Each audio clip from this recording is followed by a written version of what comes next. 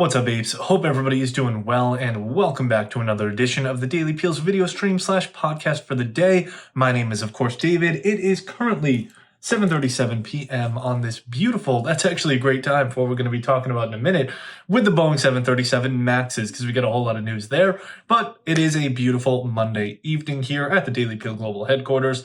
Monday, July 1st, so welcome back to the most American month in history. Hope everybody's ready for the single best holiday in the entire world on Thursday of this week. Hopefully you got Friday off work, but even if you didn't, we'll see you there, so definitely stay tuned for all of that and more. We got a lot to cover here today, but first and foremost, of course, let's talk about the WSO Alpha portfolio. So, we were up about 43 basis points for the session here today. Tesla absolutely killing it, up over 6% for the session. We'll talk about that in just a quick second. Snowflake also helped out big time, so some positive news going for WSO Alpha. We did outperform the S&P 500, which was up 27 basis points for the day, underperformed the NASDAQ, up 83 basis points. Somebody's got to check the NASDAQ for taking PEDs. I don't know how exactly this happened, but it was a good day for big tech, so maybe they were just right place, right time. Either way, we won't hate today. Instead, we'll just, call for the regulatory agencies to check them for performance-enhancing drugs. All right, speaking of performance-enhancing drugs, actually, I am wearing my Boston Celtics jersey here today because a new NBA record has just been signed, with Jason Tatum signing the official largest contract in NBA history. Congrats to our bobblehead boy over here. He actually just replaced or dethroned his partner in crime, Jaylen Brown, for the biggest contract in NBA history. Brown had it as of last year, $300 million.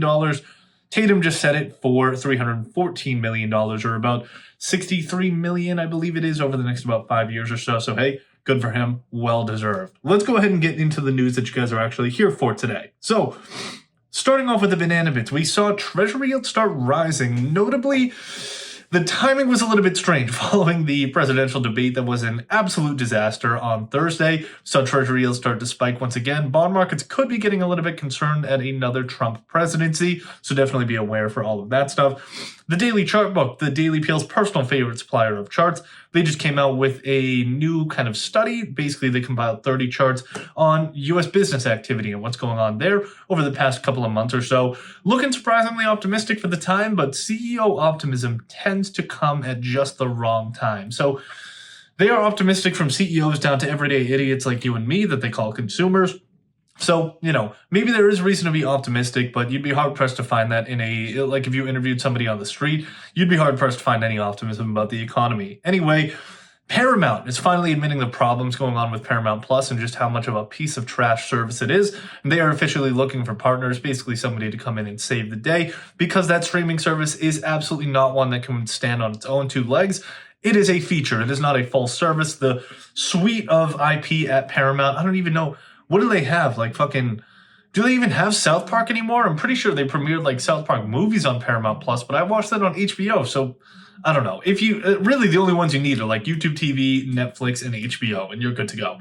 But finally, the Supreme Court has been extremely busy, so we're going to be talking about one Supreme Court decision for our main story of the day, but they also just made a new ruling relevant to President Trump, or former President Trump, and the media is a little bit upset at this one, so you've probably seen it on every mainstream media outlet in the entire country, all over Twitter, and basically everywhere you look. If you have an iPhone and an internet connection in the US, you almost definitely are familiar with that already. We don't get political here at the Peel, so go check that out on your own time.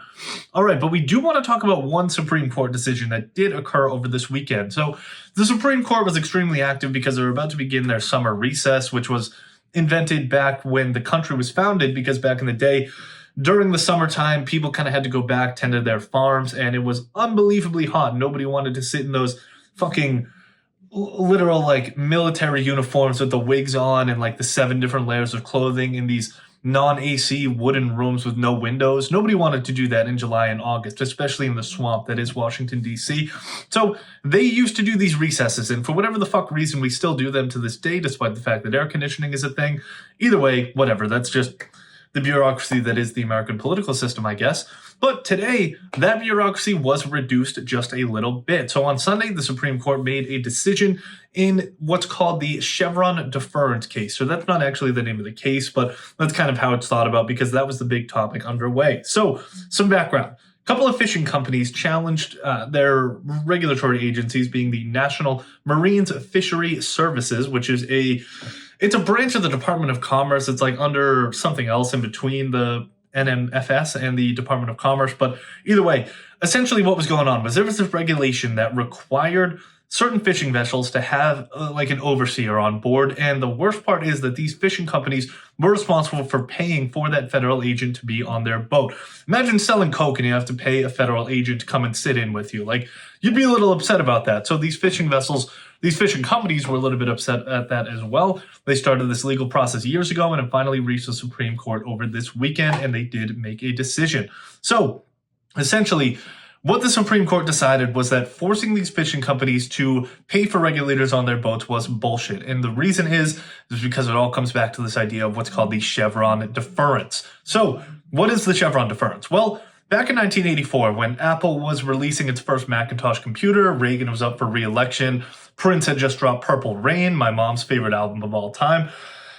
Basically, what happened then was there was this case that was Chevron versus the National Resources Defense Council, or the NRDC, and basically the cases of the details of the case don't really matter. But ultimately, what was determined was that when there are ambiguous statutes in legislation, courts trying to interpret those ambiguous statutes were legally required to defer their interpretations to federal agencies. So something's a little bit ambiguous, you're not sure, it's not entirely clear, you just have to go with the agencies. The courts can't interpret things on their own, and a lot of people have been upset about that over the past 40 years or so. Now, this was the precedent, it was the rule of the land for the previous 195 years, but in the past 40 years until Sunday, that has been the law of the land. So how do we think people feel about this law of deferring to federal agencies for every decision? Well, they don't like it very much. So if you look at this chart from Bloomberg Law, shout out to Bloomberg Law, I somehow was able to read this article without a subscription. But if we look at this chart right here, what we see in the purple are the percentages of each of these groups that favor overturning the Chevron deference. Now, in the blue lines, we see those in favor of upholding, and in this like greenish line, we see those in favor of neither, basically like abstaining from a decision on this. As you can see, advocacy and research groups, public interest law firms, business trade associations, and government officials all favor overturning this. Now, nerdy fucking overpaid professors don't favor overturning this, and it's a lot easier to favor not overturning something when your whole job is to sit in a room and avoid touching grass at all costs. When you're up in those ivory towers, it's tough to actually see what's going on the ground. But nonetheless, the Supreme Court ultimately sided with all of this purple cover right here. Literally everybody wanted it overturned, so that's exactly what the Supreme Court did. Now, what does this mean going forward? Well, essentially, courts are able to make their own interpretations at this point. Now, this matters for a couple of different reasons. Before I get into exactly why it matters, let me give you an example of this Chevron deference. So, one example that I was able to find was that the Fair Labor Standards Act. This is a legislation under the provision of the Department of Labor. And so the Fair Labor Standards Act basically says, one part of it says that it kind of leaves relatively unclear or ambiguous, to use the terms used in the Chevron deference case, basically leaves ambiguous whether time spent commuting to and from work counts as hours worked. The Department of Labor, their ultimate ruling says that that does not count as hours worked. So ultimately, courts could never defer from that interpretation in any of their cases. Now, for example, say that you're an hourly employee and you also work from home. Then one day, if your boss requires you to go into the office during a normal time when you would be working and earning money, say you're driving in, you're obviously not earning at that period. So if this employee wanted to sue the company to get paid for that commute because it's taking him away from time that he would usually be earning money, courts could not do that because they had to go by the Department of Labor's interpretation that commuting does not count as work. So you would have no chance of getting paid.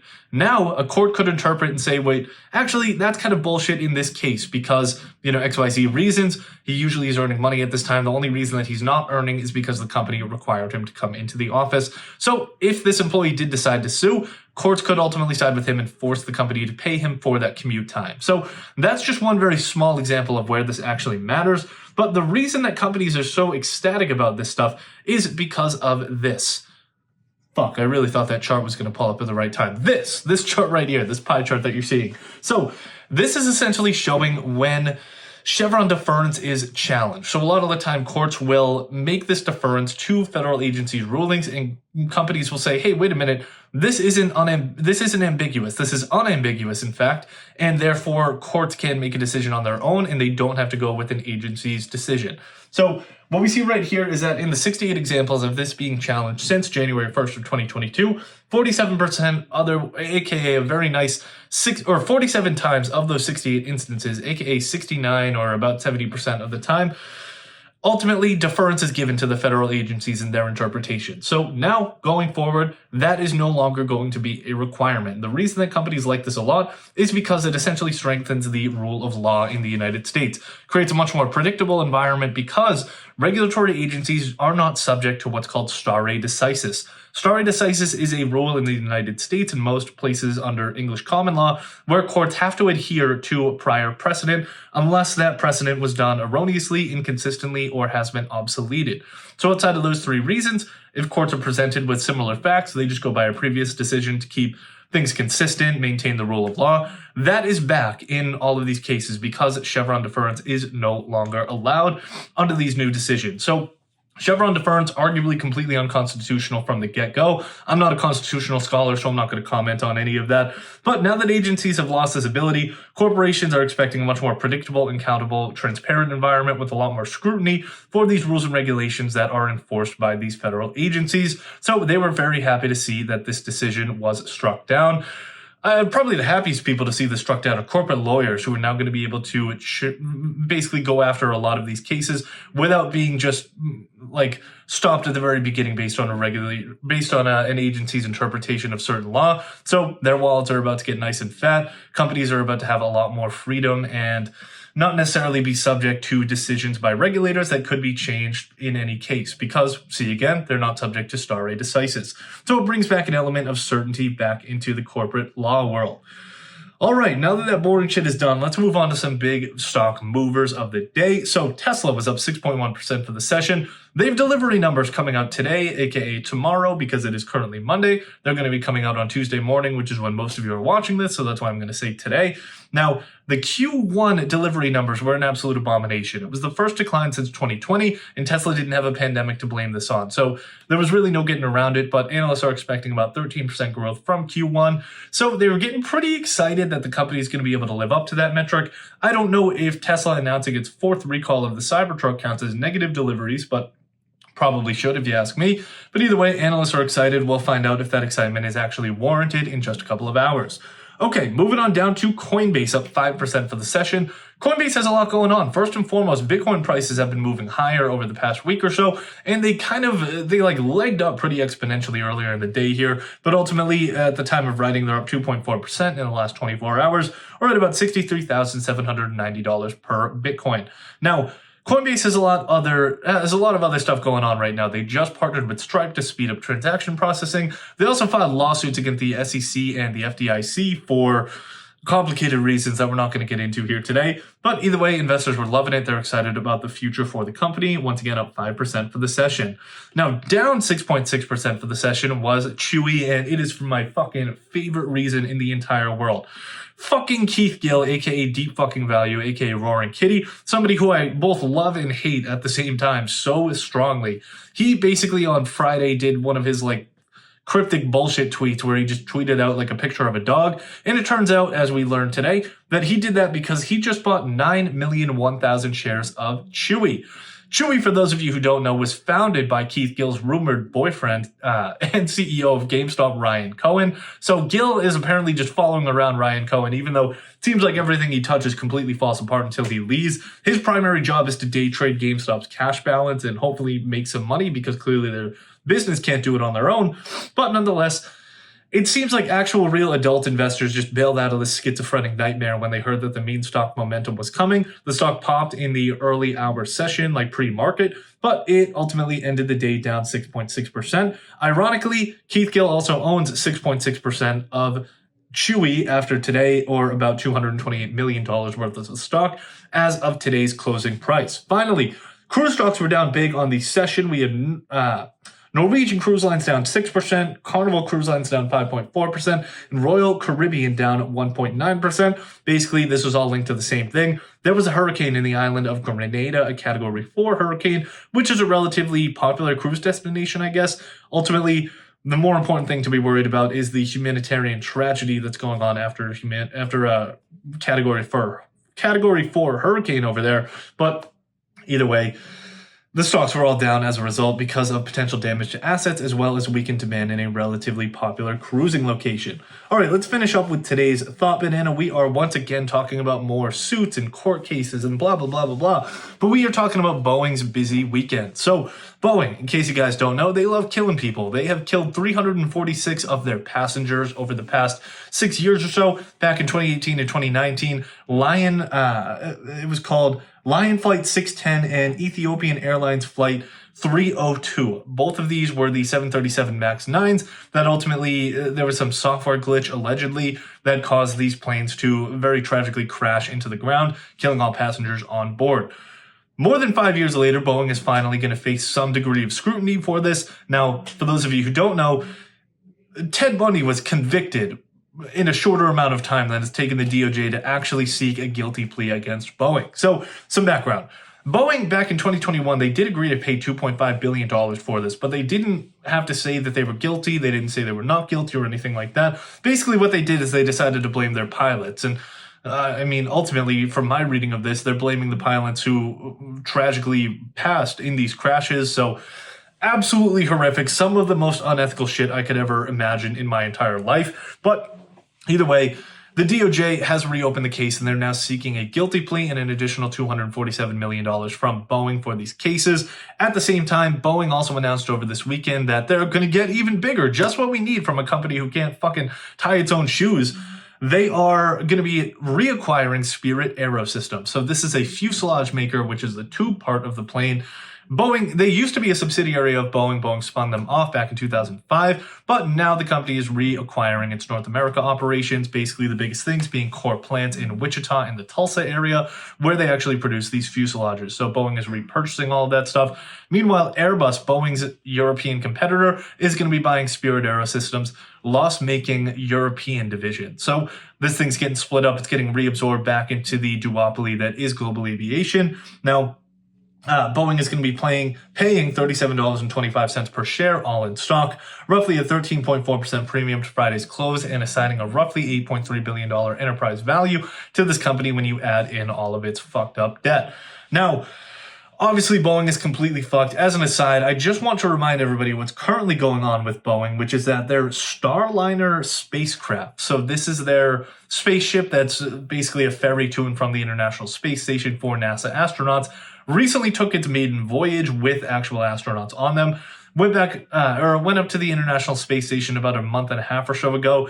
And first and foremost, this project, it took years over its planning to actually come into fruition. Also, an additional $1.5 billion past what was planned for it to actually come into fruition. So it's overdue, over budget, and Boeing has to keep reminding NASA that their astronauts are quote unquote not stranded in space. I mean, does that make you feel reassured whatsoever? Like, to me, a company like Boeing having to be like, no, I promise they're not stranded in space. It's like if like Tyson chicken nuggets had to come out and say, I promise there's no salmonella and all this stuff. Like, I swear there's no salmonella in this bag of chicken.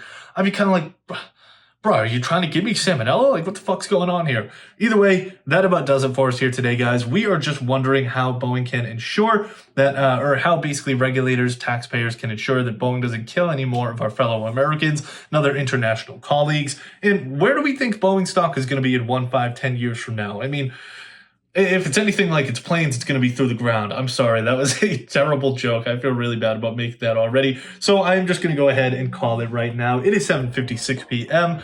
on this beautiful Monday, July 1st. Once again, hope everybody's having a phenomenal week out there. And we'll see you guys tomorrow. Happy investing, happy trading. Bye now.